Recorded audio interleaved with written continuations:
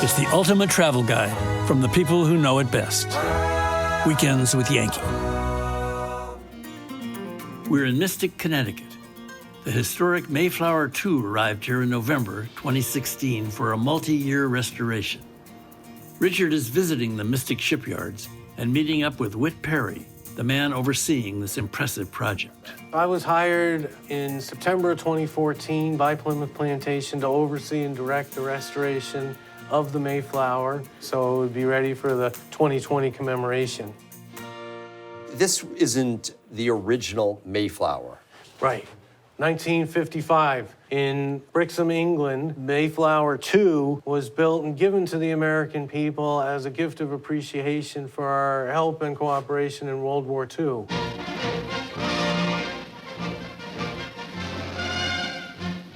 The good ship Mayflower comes back to America. The Mayflower II is fit from a Navy blimp as the modern version of the famous 17th century bark nears Nantucket Lightship, nearing the end of a 53-day Atlantic crossing.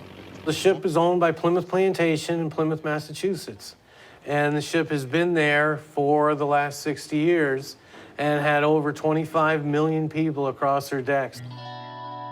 The Mayflower symbolizes so many things for people, but in reality, was the actual ship in its time something special or just another ship? Nothing special about it at all. It was a cheap vessel, cheap U-Haul that the Pilgrims could afford to hire to bring them to the New World. Imagine, if you will, 102 passengers in 1620 living down here for 66 days to come to the New World. It would have been dark, it would have been stuffy, no windows. They would have been stuck down here. Why stuck down here? Couldn't they go out on deck? They might have been allowed up, but you have to remember that these people are just cargo. I have to imagine what it might have been like for these people. You had to think they really wanted to get to the New World, to something new, something better, hoping for better opportunities in life, because it would have been miserable down here.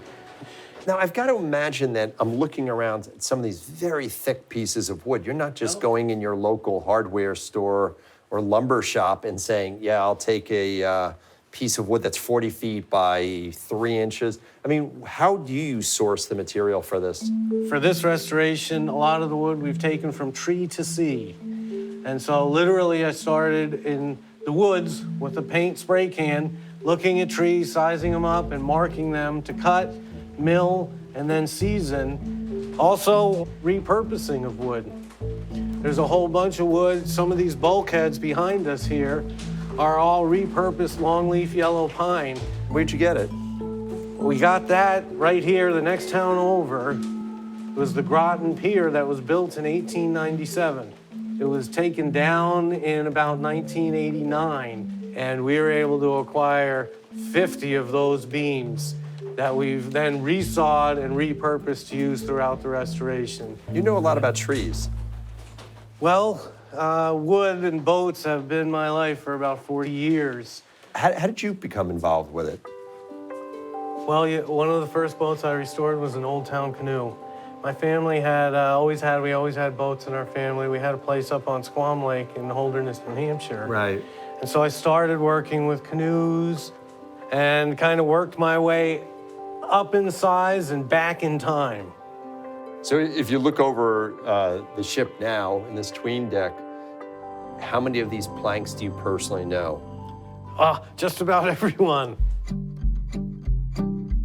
This is an original piece from the 1957 ship that we were able to restore and not replace. This is how we raise the anchor. We use a hand spike here, and you can put 6 sailors on here. We would wrap the anchor line around the drum, and you simply pull on your hand spikes.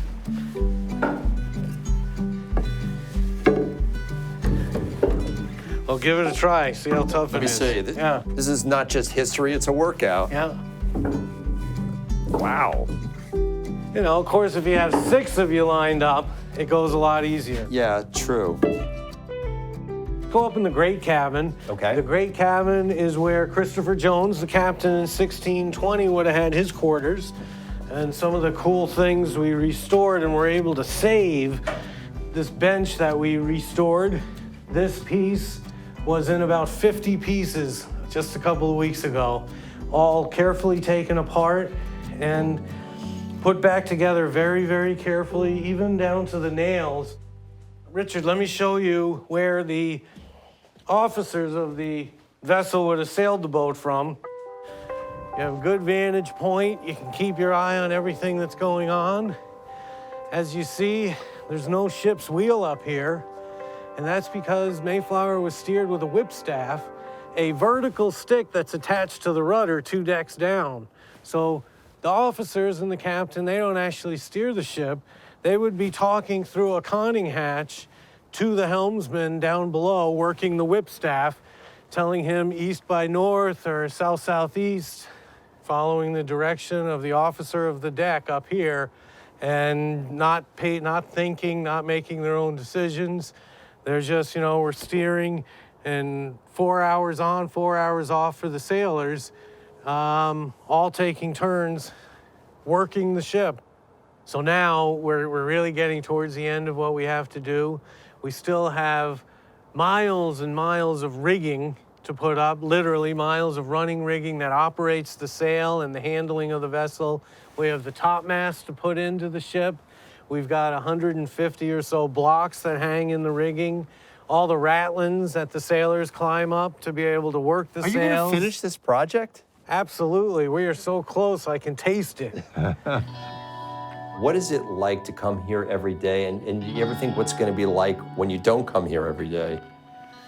Well, for us, we'll immediately go into maintenance mode because it's a wooden ship, plenty of job security. It's going to be very sad to move away from the friends and colleagues that I've had here at Mystic Seaport Museum. What's the biggest takeaway you want people to have after they come onto this ship?